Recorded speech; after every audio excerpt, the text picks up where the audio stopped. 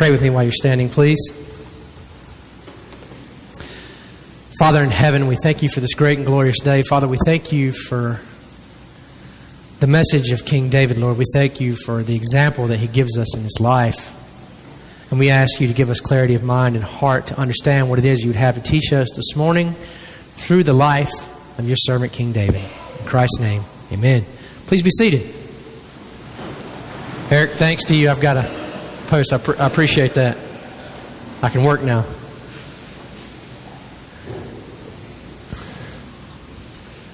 Well, thematically, okay, there we go. Now we're a little hotter. Well, thematically, you guys know we are getting to that point where we actually see in our study of King David where David actually is anointed king. We're at that point in the story where things are starting to really come together.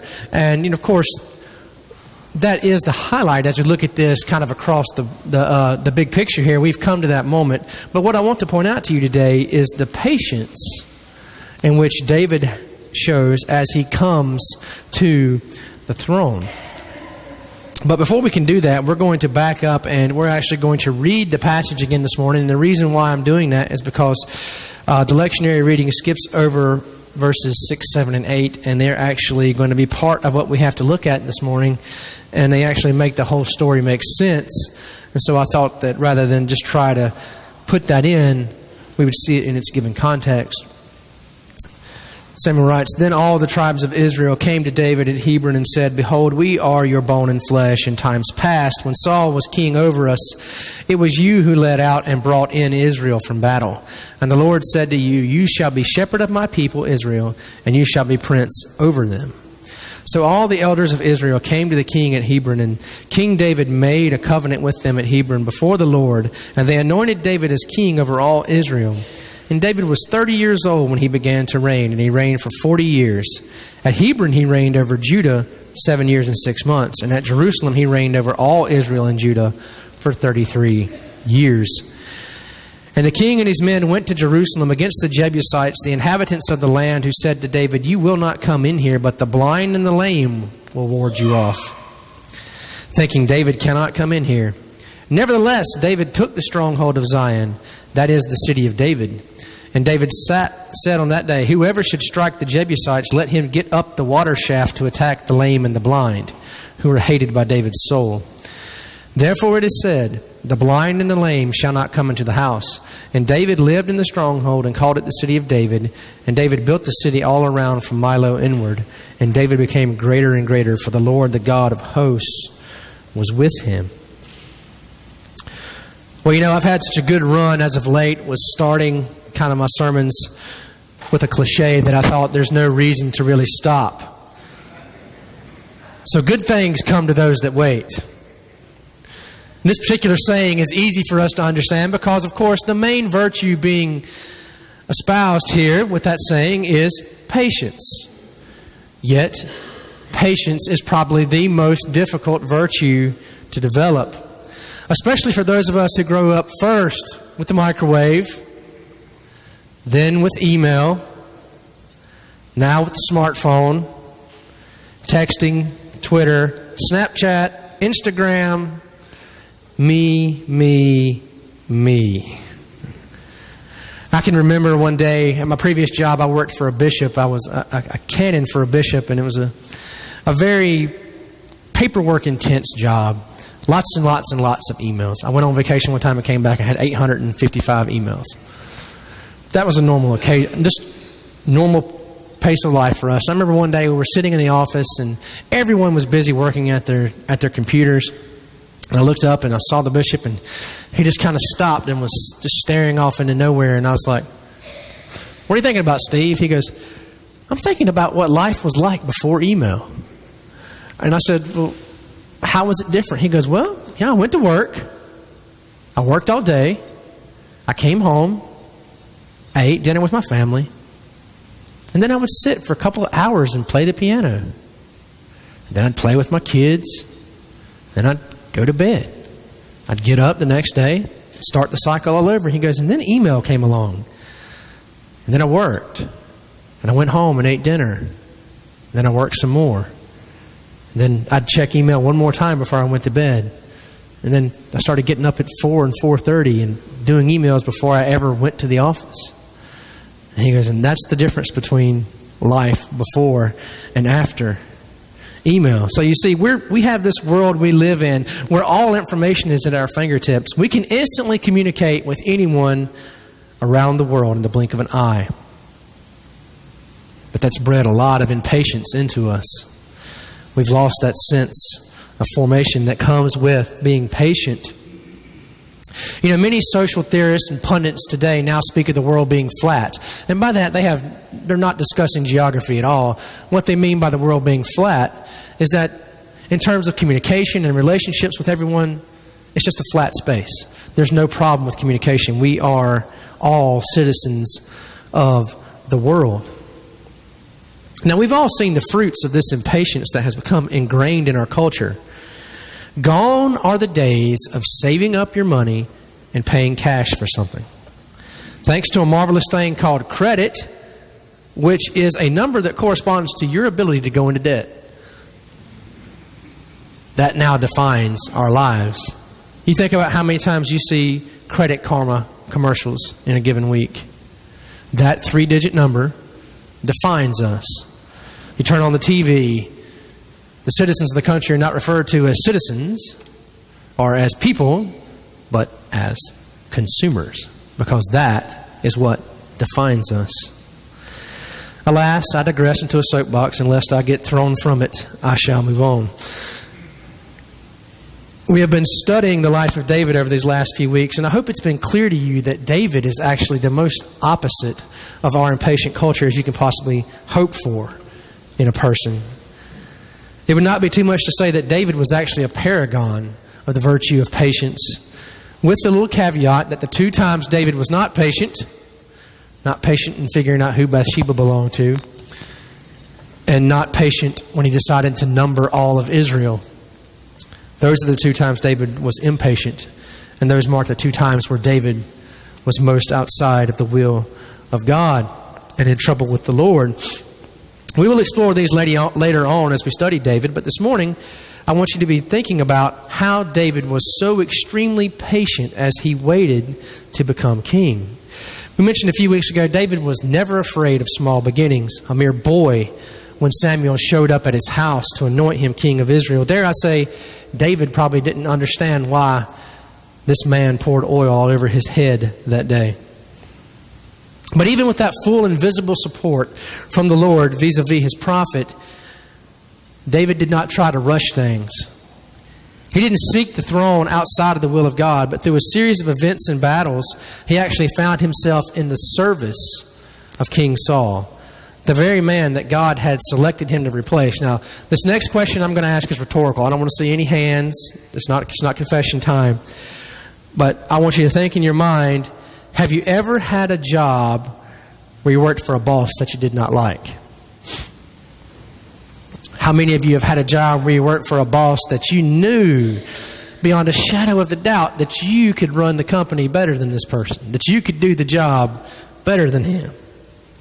Those are extremely tough situations for people to be in. In fact, they're usually the kind of situations that most people cannot endure. They'll get another job, they'll transfer to another department, they will do anything than to have to live in that awful tension. So imagine you're the COO, you're the number 2 in a large company, and the chairman of the board of directors has come to you and said, "We've talked, you will be the next CEO of this corporation." Would you be willing to put up with incompetent leadership, abuse, neglect, and betrayal from the current CEO while you wait for him to retire? Most of us could not endure such settings. We'd find a way to push the guy out of office. We'd give up on waiting and find something else. We would find some way to try to rush this situation to completion. But when you look at David, that is exactly what he was willing to do, to be abused, to be neglected, to be betrayed while waiting to be king. He patiently waited on the Lord, and in that waiting, he faithfully served King Saul. He led armies to many victories. And even when he was in exile among the Philistines, David was working hard behind the scenes to actually further the case of Israel and its king, Saul. No one could ask for a better servant than King David. He was certainly very patient. Ian mentioned last week one of the most impressive scenarios where you see this play out. He talked about Saul entering a cave to relieve himself and David being there and cutting off a corner of his robe. And in that moment, David had already been so abused and so neglected and so mistreated that there's probably very few people that would have said anything to David for killing Saul and taking what's already been rightfully given to him to become the king that he has been anointed to be. But that's not what David does. David waits patiently on the Lord because he knows that the Lord is the only true and righteous judge. He waits for him to pass judgment. And he knows that the Lord has anointed Saul to be his king. And so to lay his hand against Saul would be in a way to lay his hand against what the Lord had decreed. So he chose to wait upon the Lord. And that waiting made all the difference. And we've already looked at how David waited before the Lord to be made king. His patience even continues after Saul's death. So finally, Saul and Jonathan die on the battlefield. David is then made king. But he's not made king of the whole country. He's made king of the region of Judah, just a few tribes in the far south. But even then, David doesn't go and start some long campaign against the tribes of Israel to try to force them to make him his king. He waits. He waits 7 years and 6 months. So you think about that. He's 7 to 10 years old when Samuel comes to anoint him. The next big scene we have with David is David and Goliath. He's maybe 18 to 20 years old. 8 to 10 years have passed. Then David isn't made king of a small region until he's 30 years old. So another 10 years have passed. So you think about that. Just let that sink in. That you're really looking 25, 30 years of waiting patiently to be king. He didn't rush to judgment. So now, finally, after all this time, his rival in Israel has died. Ishbosheth has died. A great general has died with him. Finally, the elders of Israel come together and say, we know that it was you that really led Israel, even in the time of King Saul. We know that that was really you. We know that you are our rightful leader. And they come to him to make him king. So all this time has transpired. And finally, he's made king of Israel. And after this 7-year wait to become the king of all Israel and the subsequent coronation, we now see the fruit of all this patience as David displays great wisdom. While he was king in Judah, he had made Hebron in the far south of the country his capital. And that served him well. It was very central to where his seat of power was. But now, as he is going to be the king of all Israel, he needs a new capital, a place that is approachable and available to everyone in all of his kingdom. And he chooses a small city. You and I call it Jerusalem, but at that time it was called Jebus. It was just a small, really a fortress on the tip of a mountain, controlled by the Jebusites. But he knows that this place is central, lying on the border between Israel and Judah. It would be a great place for him to have his capital as king of all Israel. The city was walled in on 3 sides, protected by steep valleys. And one of the main ways that the city could protect itself is there was a special spring that was walled in, used to carry water to the city in times of siege. The Jebusites who controlled the city at this time were so sure of their defenses, much like the Trojans, such faith in their great walls. Such faith that it is said they put the blind and the lame on the walls to defend the city. Now, scholars debate as to whether or not that actually means there's blind and lame people on the wall. What it probably means is that the army's rejects are the ones that they actually put on the wall to guard the wall, because they don't find it so necessary actually to have their good soldiers in the wall. Because you had the city and you had a stronghold. And what's unique about that water shaft is it brought water directly into the stronghold to where the good soldiers mainly would be housed. David is wise. He knows that he can get his elite soldiers, David's mighty men, David's Navy SEALs, so to speak, can traverse said water shaft and come out in the stronghold. This is important for us to look at because many people, when they're trying to critique the Scriptures, will turn to this passage and say, look, David hated blind and lame people. That's not what David's getting at all, because it's actually him turning an insult back on them, because they basically told David, you're so weak, you can't defeat our blind and our lame people. And David turns it back on them and says, you're all blind and lame, essentially. So when it says that David despised the blind and the lame, it has nothing to do with people who are actually physically handicapped. It's just him turning an insult back onto a group of people who had insulted him in the first place. And we don't see this for a couple of chapters, but we know from David's actions that he does not hate the physically handicapped. Because Saul's son, his last heir, after all the dust is settled on his kingdom, and David still wants to show kindness to the house of Saul, calls for Saul's last surviving heir, Mephibosheth, to come and live in the temple. Now, Mephibosheth is said to have been dropped as a child, and it somehow broke his ankles so that they never properly healed and he could never walk again. And so Mephibosheth was physically handicapped. But yet, every day, he's brought to David's table and eats with the king every day. So if David truly hated the physically handicapped, is he going to sit at supper on a daily basis with the heir of his enemy? Most certainly not. So don't ever let anyone tell you that David hated blind and lame people. No, those people can't read a story and see an insult for what it is. And you can always rest assured, and Ian mentioned this earlier this week, that when someone comes to you with a question like that, you know for certain that they are ignoring the fact that some of Christianity's greatest minds have anticipated that question and have thought about it and wrote about it somewhere in history. You can rest assured that they are skipping over that information. And so don't get bogged down in that. The other great phrase that's kind of hard to figure out here, and people didn't really know how to translate this passage for a long time, is the discussion of the water shaft, because it can actually mean three different things. It can mean an actual water shaft, like I described, a spring that carries water up to something. It can describe a weapon, something like a trident, a three-pronged weapon that you would use to fight a battle with. A big frog gig for those of us who know what that is. Or it could also mean an instrument that a farmer used to simply water the ground. But archaeological evidence has shown that actually within the center of the part of the city that was the oldest part, the stronghold, there was this water shaft. And so that gives us some way to look at this and to think about it and to see that David is actually a pretty brilliant tactician in devising this plan. Now, I want you to think about the patience he displayed here and even taking this city.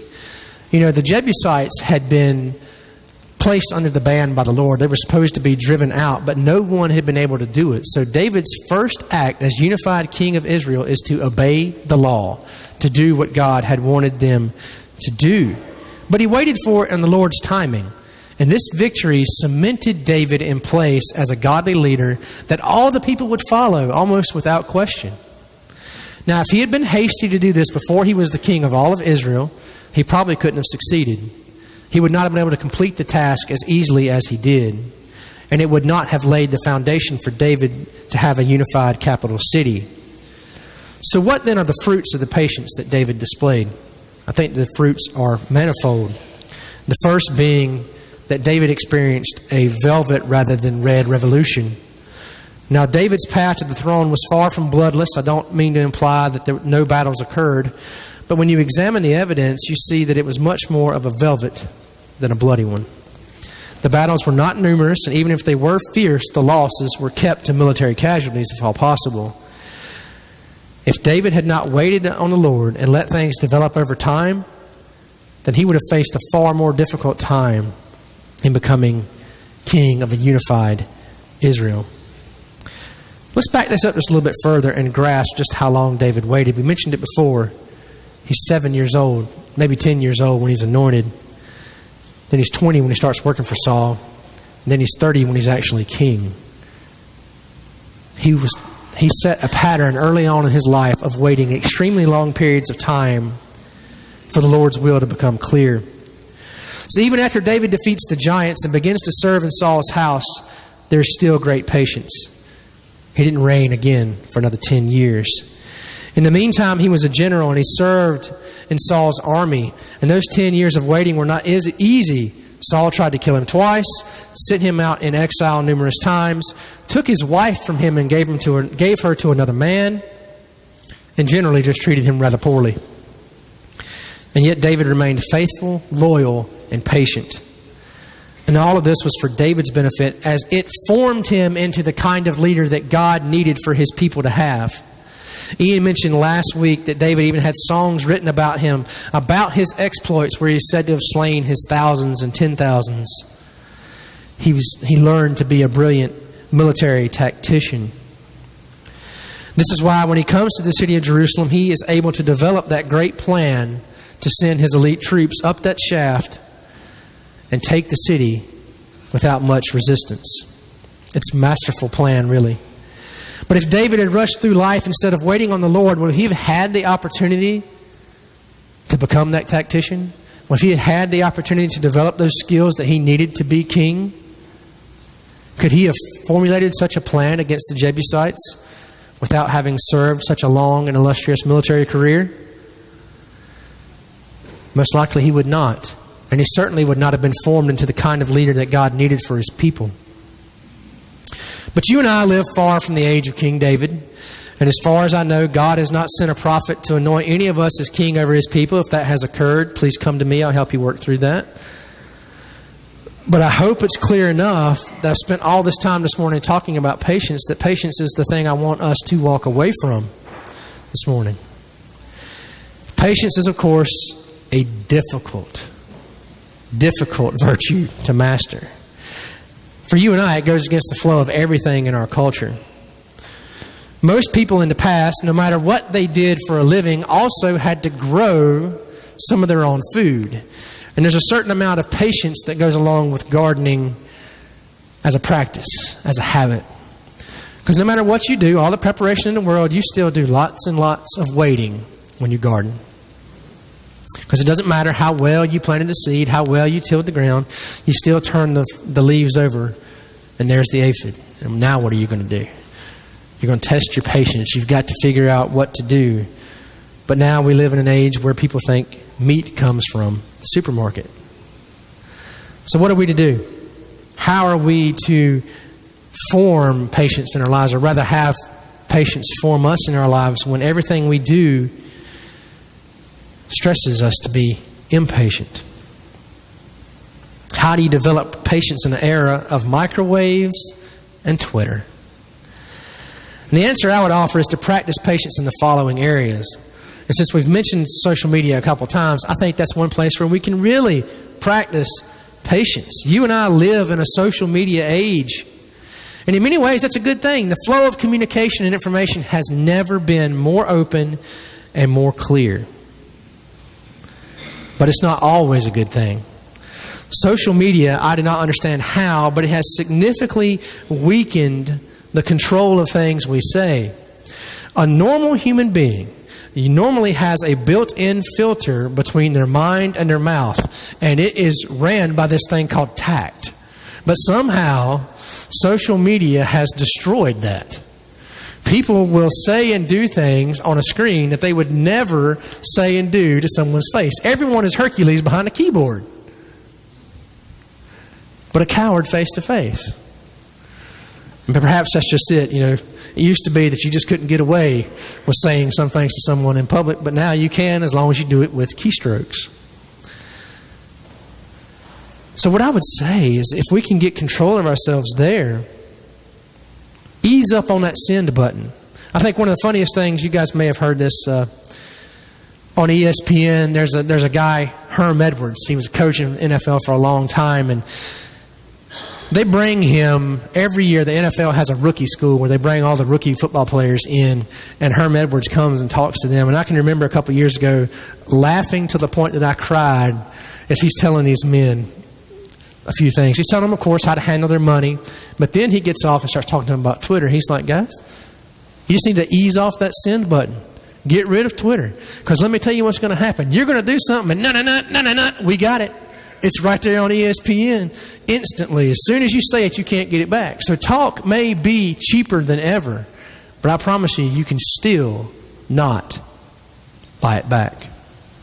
So that's a place that we can practice patience. But more than that, rather than just our digital relationships, why don't we practice patience in our authentic relationships that we have with people? Now, I can assure you this is hard, and I'm not a paragon of patience. I have 5 children. Patience is worn thin at my house on a daily basis. Not only do I have 5 children, but I have 5 children that represent every stage of development. So, as we deal with all of the things that come with having a teenage child, we are simultaneously dealing with the stress that comes from having a 3-year-old little girl who asks 175 questions a day. Possibly in succession. But I'm not sure.